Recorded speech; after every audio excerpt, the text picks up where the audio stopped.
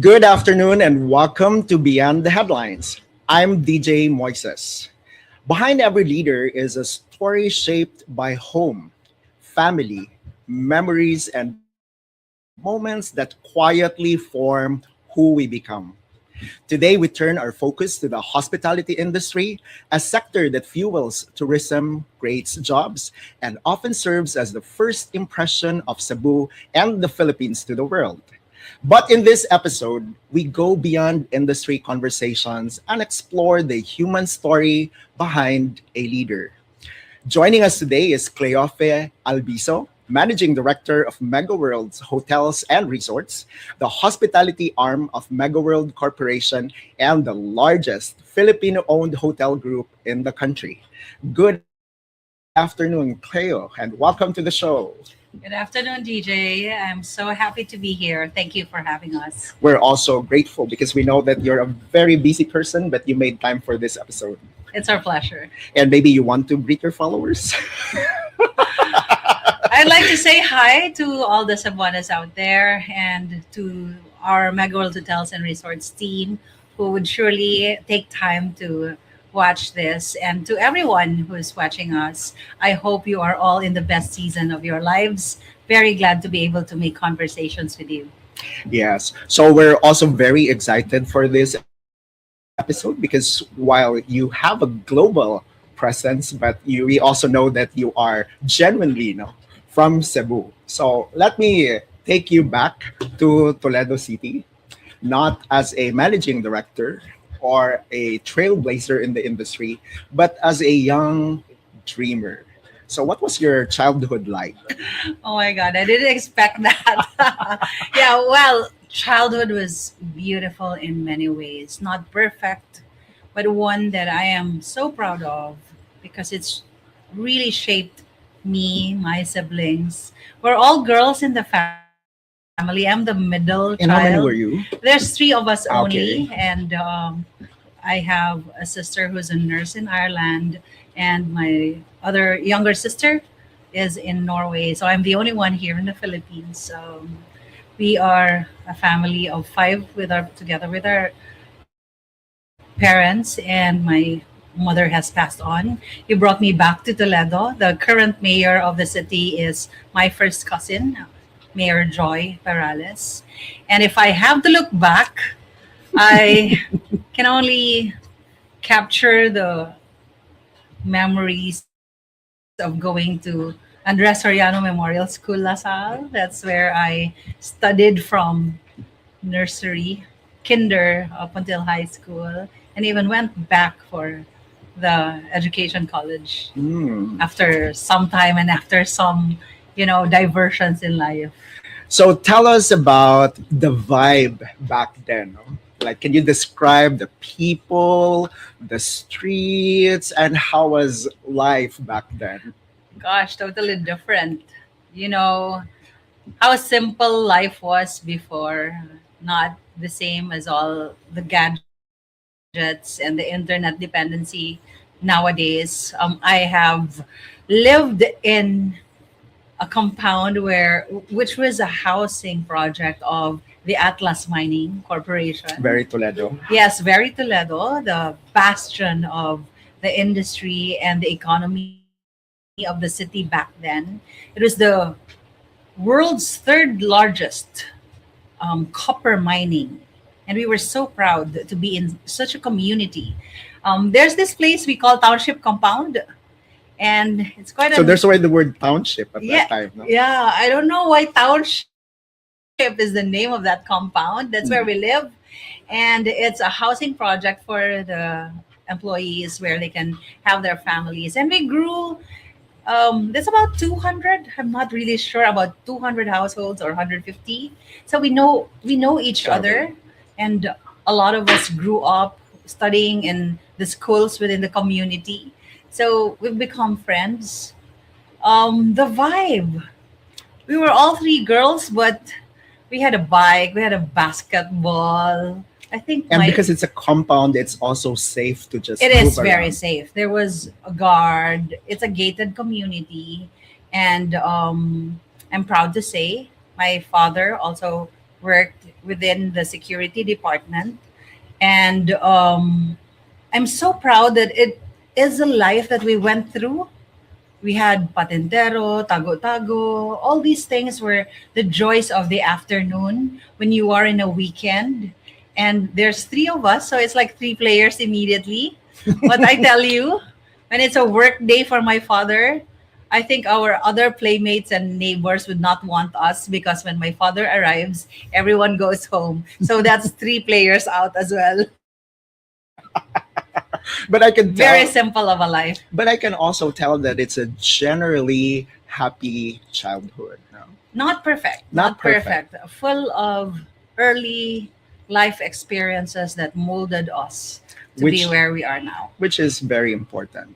So, given all those experiences, what was, well, you can cite many, but we can also choose just one. One particular lesson that you learned growing up that you still bring with you until today. I have a very simple family, and our happiness was, sharing food, being able to afford a few things that we can't have on a day-to-day basis because we were not as financially blessed, but we never felt inadequate. We always knew that there are other things in life that you can believe you can acquire and achieve. We had, it was very popular in the past when you have aunts and uncles abroad would Mhm. send the family Chocolates. balikbayan boxes. Those were glory days. You'd get rubber shoes or what. Those were happy times. And looking back at the happiness that you see in simple items, simple meals, and simple family gatherings, you can really say to yourself that things are possible when you decide and when you're intentional to believe that happiness can come from many facets of your life. Which brings me to the next one. I think I like how this conversation is going now. So, given all those experiences and the simple joys in life, what was that point in your childhood or in your time in Toledo when you thought of bigger dreams, no, that brought you to the success that you are today? When you're young, you don't really define your dreams and what you really want to become in the future. There are just situations that life give you, or sometimes decisions that take you to a certain situation that makes you another pers- another person that handles the challenge that you need to conquer. Um, Sige. And what I was that moment? Yeah, I am very willing to share. My life has been an open book. I married so young, and I was still on my third year college, taking PT in Southwestern University, and I had to stop schooling.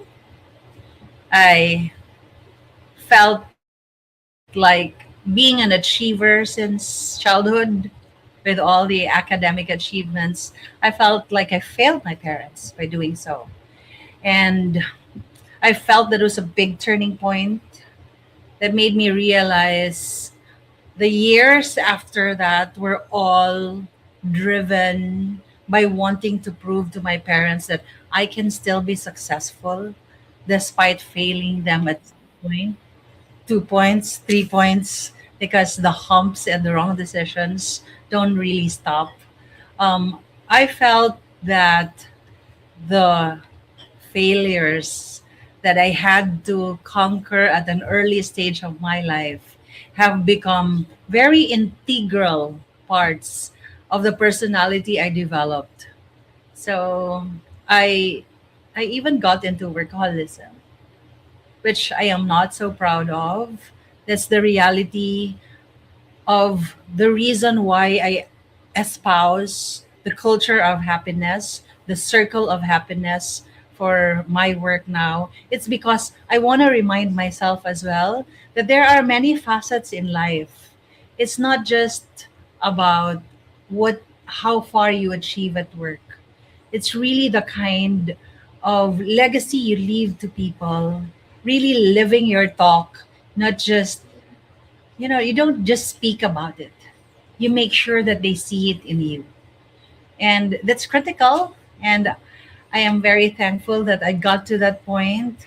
If I may share, out of a friend's nudging, I joined the Glorious Hope of Victory Church, CFC rather, CCF rather, CCF, yes. CCF. I did enroll in Glorious Hope, and it was that turning point where I realized that, hey, here you are, a company executive, and your work ethic and your workaholism is actually driven by you not forgiving yourself. So you want to keep going and driving success because you want to prove to your parents that you can be successful. But which should not be the case up until the end. And I'm very thankful for CCF for bringing that program, because Glorious Hope made me realize that, hey, Cleo, you've come so far. With all humility, you have acquired the values where there's willingness to impart something to the people that work for you as well, and the people you work for. So it's the time to really live a life where you've fully forgiven yourself. Be just as authentic as to what your relationship would be to your parents. They've long forgiven you. You have children. I'm even a grandma now. And I'm very happy that God takes you to certain checkpoints that makes you realize, hey, I've been driving my life so bad all these years.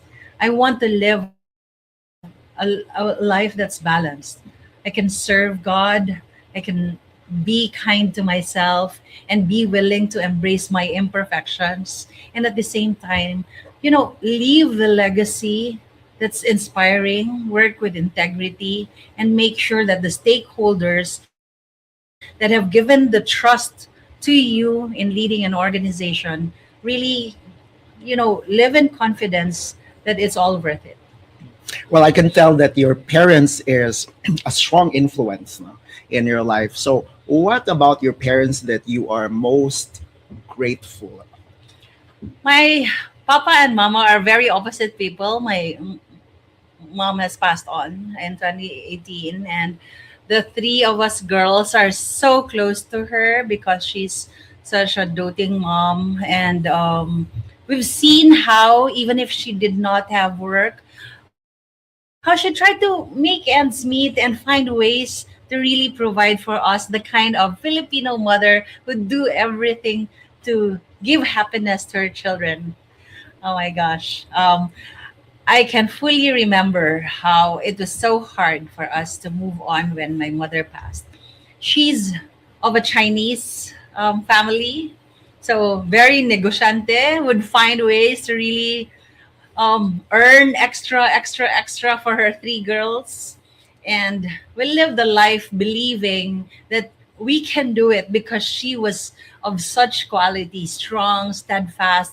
She knows that money will get by. We'll be able to find ways. There'll be people that God will put in your path to make sure that the provision will happen. And my papa at the same time is also such a big disciplinarian. My father is really intelligent, and he has very straight principles in life, which we also want to honor him for. And we are thankful that it's such a big and a good combination. The discipline is there because saraka sit, okay, dagan, because that's our father. Like I said, if nagtago-tago and then my father arrives, bisag nagtago pa mi, luoy kayong it, Three days. di ba? Kay, Mm, wala kay bawit, ni uli na dahil mi. mm. Well, that's Or it. maybe they thought you were still hiding. Exactly. Lower kayo. So Mm. that's a life we lived. It's a combination of self-discipline, trust, and a life that was not so privileged, but so hopeful every time. And we had such a beautiful relationship that we were there for each other. No matter what were all going through, we knew we had this home we can go back to. and we embraced our imperfections, and we still knew that the home was really the place where we can be ourselves in. which is very important now. And I also know, because I did my research, that you're a no, it's also obvious that you are a very well traveled person. But my question is, tell us about the first travel you ever did in your life. My gosh. When was this and where? Oh, actually, the real first travel that I had was for a national press conference competition You're an achiever indeed, when no? I was back in fourth year high school. Okay. We would travel to Samar Mm. because my father is Waray. So every summer we go to Samar to ask for money from our apoy. You know what apoy is? That's grandparents. Parents. Okay. So our grandparents had some farm and harvest happens in summer. So we would save for Lite to Samar. And every summer, our apoys always had so much to give to us. And we were there, like, in the province, there's dancing, and they would put the young ladies This is baile. baile, Okay. aminudo, I mean, magana na, and then okay. they put money at the center. Okay. So that's like fundraising for the church. Mm. So that's our first travel. But the real farther travel I did was when I joined the competition for National Press Conference, where I joined like editorial, I think, and copy reading, Oh, representing the region. seems like you're a journalist also. Yes, I like to write so much. I like to write, and I like to express myself in writing. Where was this? This is back in my fourth year days in Andres Soriano Memorial School. Mhm. But we represented the region being winners. But I mean the venue of The venue was in Pasig, Rizal. Mm. So, when you join a national competition when you're young, oh, one of the best memories you keep. Yes. So what about with travel that influenced your perspective now that you are in the hospitality industry? My shift to hospitality is really very unplanned. So, I worked with Globe Telecom as I shifted from sales and marketing. This is from 2005 up until 2013. So I had the best years because these were the heydays of Telco when we had so much money to spend. All the events were sponsored by Peaking. telcos. Yeah, Mm. really the peak of Mm. acquisition of subscribers, and the peak of the competition between Smart, Globe Telecom, as well as Sun Cellular. That was Mm. actually the new and up and coming brand. So I spent a good 8.5 years with Globe. I had one of the best trainings, And you were traveling a lot. traveling a lot for work. Mhm. My last position was heading the Visayas group. So there's so much travel for events, so much travel to support your distributors. And even in the past years prior to the end, I really was managing accounts, creating trade marketing projects and programs to acquire new subscribers, creating projects as well that would compete the offerings of competition. It was such a beautiful, not the easiest because those days the competition was so toxic. That's also the other side that it's peaking, no? Yeah, when the other brand would actually have your merchandisers brought to jail for taking out their merchandising materials. They do it on a Friday to make sure that was how toxic it was. But very good training for hard work, very good training for really the kind of discipline that I have for work now. Do you have a travel ritual? Or the things that you do? Like for example, in my case, I normally pack before the travel. I am not the type who would plan the whole week and then pack. No, I'm usually the day before.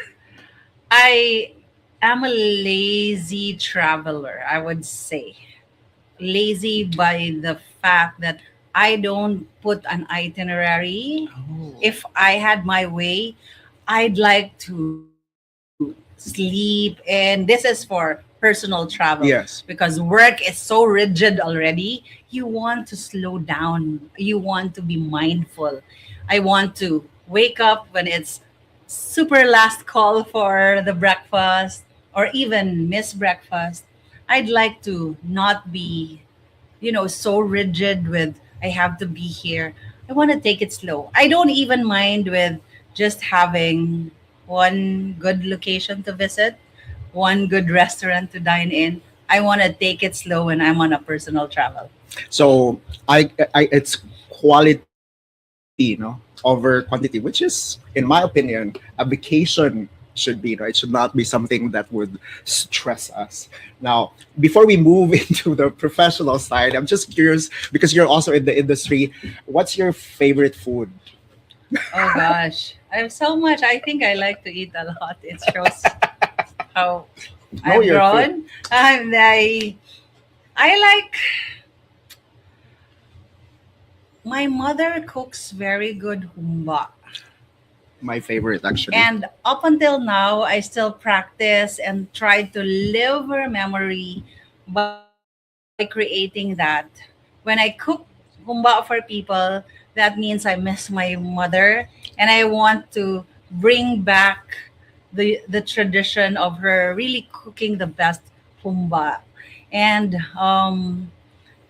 Cebu is a hub of so many good food. We're so blessed to be having all the options that we have here. But Humba is close to home, close to heart. And so, how is your being a Cebuana who also loves Humba and growing up in a Cebuana household influence you now as a trailblazer in the hospitality industry and the job that you do? Um, it's funny how people can describe us that way. But even if I've lived in Manila for 6 years, been based there for 6 years, I've never looked at the position as one that's so high because I always say to my kids, my children who are not actually kids anymore, that when you reach a certain level of a position, there are still like 1,000 more above you. There are shareholders you need to please. It makes you even more humbler. And the trailblazing part is your desire to be just as efficient with the work that was entrusted to you. I always see it as stewardship. God has given you the opportunity to be this because He has trusted you. And you want to make sure that you touch lives more than anything. I feel that it's always a choice to be one that leads because you know your sphere of influence has grown, but you also have a choice to be deliberate to keep yourself grounded. The growth is very worldly. The growth is so material. The position is just a label. I'd like to be respected when all these are done, to have been the leader that touched their lives, who made them believe that they can do more because I myself experienced it. I came from a very simple family. I've weathered very difficult challenges in life. I've made very strong mistakes. I almost did not recover, but I did with God's help and with the support of the people you meet, the company that you get to invest your life and career for and with.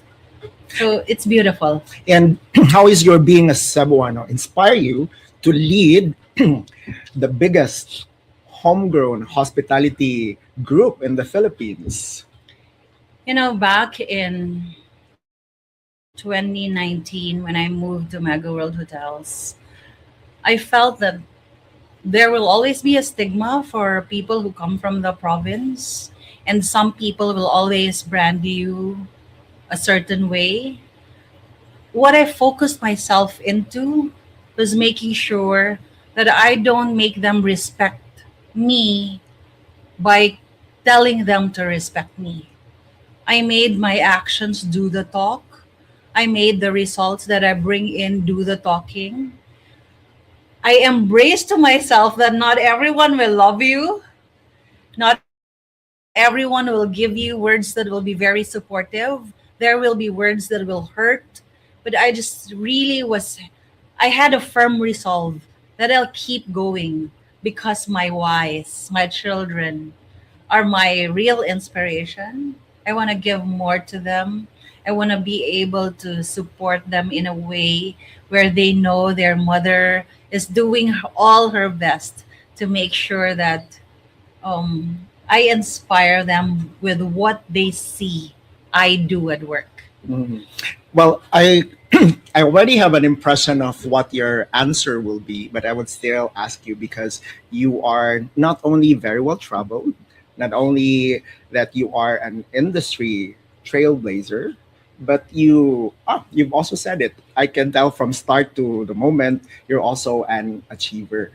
So maybe our viewers, and that includes me, would be interested. How do you define success? Now, how do you measure when you say this is what success is to be? Oh, my definition of success has changed in various eras of my life, seasons of my life. I used to think that success for me would be financial independence and period. But that's not it. When you age, you mature, you recover from mistakes, you realize that the true definition of success is when you know that there's peace of mind when you go back home to sleep because you've not done anything wrong. You've achieved the level of success you have not by stepping on others, not by hurting others, but by giving your hard work, by continuously mentoring people whose paths are of the same track as you. And you believe that there's one person that makes it happen who is our bigger creator, who's continuously blessed us and protected us, provided for us, and success stems from only Him. Mm. I'm actually enjoying this conversation so much, but I just have to ask you also about the hotel. Because earlier while I was on the ground, I could see, at least from what I saw, that you already have 14 existing resorts and hotels and are opening more now. So maybe our viewers would want to get to know when will be or where will be your future growth and how are you growing at this time. Yeah, I'm very thankful that you asked that question, which will take me home to such a beautiful organization that we have, which is the Megaworld Hotels and Resorts, home to more than 7,000 room keys. In the industry, the biggest in the Philippines, we're turning 8,000 and more. And we're opening the Belmont Hotel Iloilo next year. Our Chancellor Hotel Boracay has done its soft opening in December. You might want to try that and visit Boracay. Recovery is not an easy path, Being a but the greatest homegrown reward in the brand midst that has really fostered the pride of Filipino, we're at the front of the cruise lines, the hospitality and tourism industry. Filipinos have it innate in our hearts. And we're very glad that a homegrown brand is making its name in its own humble ways, where we're able to attract people to believe that they can invest their careers in us and by at the same time still give back to our stakeholders, our unit owners, our investors, because that's the core of the business. And while the industry faces the challenges that we encounter with our arrivals, the challenges of the geopolitical situation that we Risks. don't have control over, there's this group that's been very firm as well in navigating through the times with a deeper purpose. which is bannering what a Filipino hospitality can be through the Sampaguita. That's why we have this pin. Yeah, I noticed that also Yeah, earlier. Yes. because we are using our national flower as a symbolism of how steadfast the Filipino can be, especially in hospitality, knowing as well that we have like a culture that's so warm and welcoming. We're the friendliest in the world. And we like serving people. We like making other people happy. It's an industry that we're so strong at. And we want to And it's banner that. natural. Yes, it's so natural. And I always get inspired when you see our people. They come in uniform, so you don't really see the realities of what they go through in their homes. But behind or beyond the uniforms they wear are true stories of survival, true stories of people who are breadwinners in their families. They do so well. Filipinos do so well in what we do because we have such a deep purpose, which is to give to our loved ones. And that in itself is passion and commitment already. We're also proud to be Filipinos. And I'm sure that that's one of the motivations also that we wanted to have this conversation with you, because we also know that a lot of people also look up to you, no? So just in case, and not just in case, because I'm sure we have a lot of viewers who would want to know the common question, how to be you, no? So if they wish to have a successful career, no, in the industry, and to be somebody, no, the examples that you are showing, what would be the habits and the values that they need to cultivate right where they are today, whether they're students or they're starting in their profession, to be one day be like you, as Yeah. successful as you are. Yeah, I'll start off with really knowing yourself. Like I said, you cannot give what you do not have. You cannot also be able to give an inspiration if you don't know yourself fully. So be able to lean on what you're strong at and what you're weak at. So you work on your weakness and day on day have a goal of being able to create improvements, no matter how small. Um, Thrive in acknowledging there's progress. It doesn't have to be perfect. I do know that good leaders, you can say that good leaders have arrived when they're not thinking of themselves.